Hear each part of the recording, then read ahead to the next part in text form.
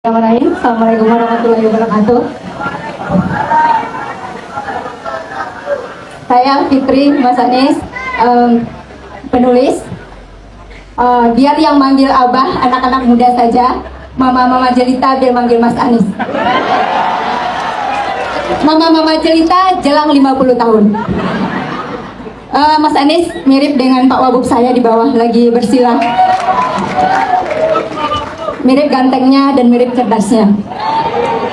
Saya mau nanya Mas Anies, karena saya seorang penulis, saya ingin tahu Mas Anies punya program apa untuk literasi, membangun literasi di Indonesia, terutama untuk Sumatera Barat. Bagaimana bisa melahirkan tokoh-tokoh seperti Bung Hatta, Hamka yang lainnya menjadi seorang penulis yang hebat. Kemudian yang kedua, kemarin saya nonton di podcastnya ada salah satu tim Mas Anies, Pak Tom Lembong, menyampaikan bahwa lapisan masyarakat kita ini ada lapisan atas, tengah, dan bawah. Selama ini lapisan tengah ini itu banyak tidak terabaikan dan tidak terperhatikan dengan baik. Karena apa? Kita ingin tahu bagaimana Mas Anies bisa meningkatkan kesejahteraan masyarakat menengah ini. Mungkin itu saja. Saya ingin serahkan 2 buku karya saya untuk Mas Anies. Terima kasih. Fitri, makasih ya. Saya panggilnya Uni Fitri ya. Uni Fitri, terima kasih. Makasih atas buku ini. Tapi kalau buku ini saya bawa, nggak ada bedanya dengan saya dapat dari toko buku.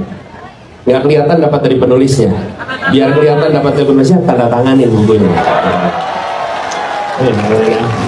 Sambil saya jawab ya. Jadi gini, pertama soal literasi. Kita harus menumbuhkan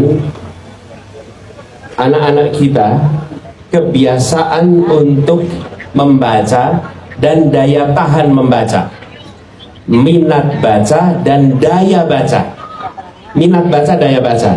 Minat baca tinggi, baca apa? WA. Minat baca tinggi, baca apa? Baca TikTok. Itu ada minat, begitu bangun tidur langsung buka.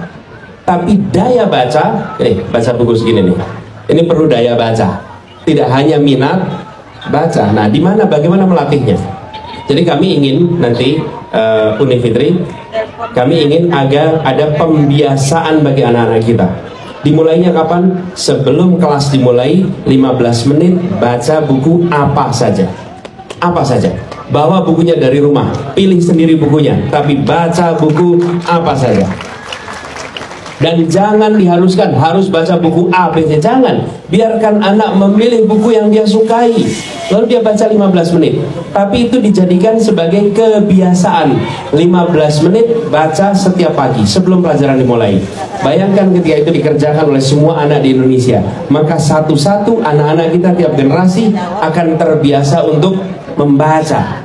Dan ketika proses itu terjadi, maka kita melakukan apa? Mengajarkan, membiasakan, jadi kebiasaan, jadi budaya membaca. Jadi budaya membaca itu nggak otomatis, ada prosesnya. Itu ingin kita kerjakan. Yang berikutnya, didorong untuk menjadi penulis. Semua penulis pasti pembaca, tapi pembaca belum tentu penulis. Jadi seperti Uni Fitri ini pasti pembaca. Nggak mungkin dia bisa menulis kalau dia tidak baca. Nah, yang berikutnya adalah kita dorong untuk anak-anak itu mengarang. Mengarang itu menjadi penting sekali. Dan mengarang itu menumbuhkan imajinasi. Jadi pelajaran mengarang, pelajaran untuk menulis, berkarya harus didorong. Nah, berkarya itu macam-macam sekarang. Ada karyanya tulis, ada karyanya video, ada karyanya rekaman lisan. Jadi yang disebut sebagai konten kreator ini hampir semua adalah orang-orang kreatif yang punya imajinasi. Karena itu saya salut kalau lihat ada konten kreator, pasti orang ini punya imajinasi yang dahsyat, pasti kemampuan untuk membuat sesuatu yang luar biasa. Dimulainya dari mana? Memperluas bacaan, memperluas exposure. Dan ini yang kami ingin dorong ke depan, sehingga nanti kita punya generasi baru yang punya daya baca, di dalamnya ada minat baca, dan lebih jauh lagi generasi yang bisa menulis, bisa berkarya, karya-karya tulis yang nanti akan bisa memunculkan gagasan pikiran mereka. Itu yang pertama. Yang kedua tadi soal kelas A, gini, kelompok yang menengah. Kita punya program untuk bansos, kita punya program macam-macam untuk yang di bawah, tapi yang di tengah terlupakan. Saya bagi contoh salah satu yang mau kita kerjakan. menyiapkan KPR untuk semua. Siapa yang paling kesulitan dapat rumah sekarang ini? Kelompok yang di tengah. Apalagi yang kerjanya informal, KPR. Jadi kita ingin buat regulasi-regulasi yang memudahkan bagi kelompok yang di tengah untuk dapat akses pendanaan bagi perumahan. Yang kedua, biaya pendidikan. Ketika masuk pendidikan tinggi, bagi mahasiswa berlatar belakang keluarga prasejahtera ada programnya. Yang sudah sejahtera mampu untuk membiayai. Tapi yang di tengah ini, wah itu paling sulit di universitas. Karena dia selalu kesulitan dalam universitas membiayai. Betul tidak? Mau daftar program bantuan dibilang Anda makmur. Betul kan? Mau minta keringanan dibilang Anda kaya. Sementara kemampuannya tidak ada untuk bisa membiayai. Itulah sebabnya mengapa pendidikan tinggi kita akan buat agar tanggung jawab negara dalam biaya lebih tinggi daripada tanggung jawab keluarga. Saya kasih contoh nih.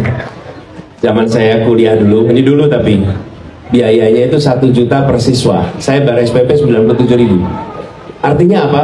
10% ditanggung keluarga, 90% ditanggung oleh negara. Tapi hari ini seakan terbalik.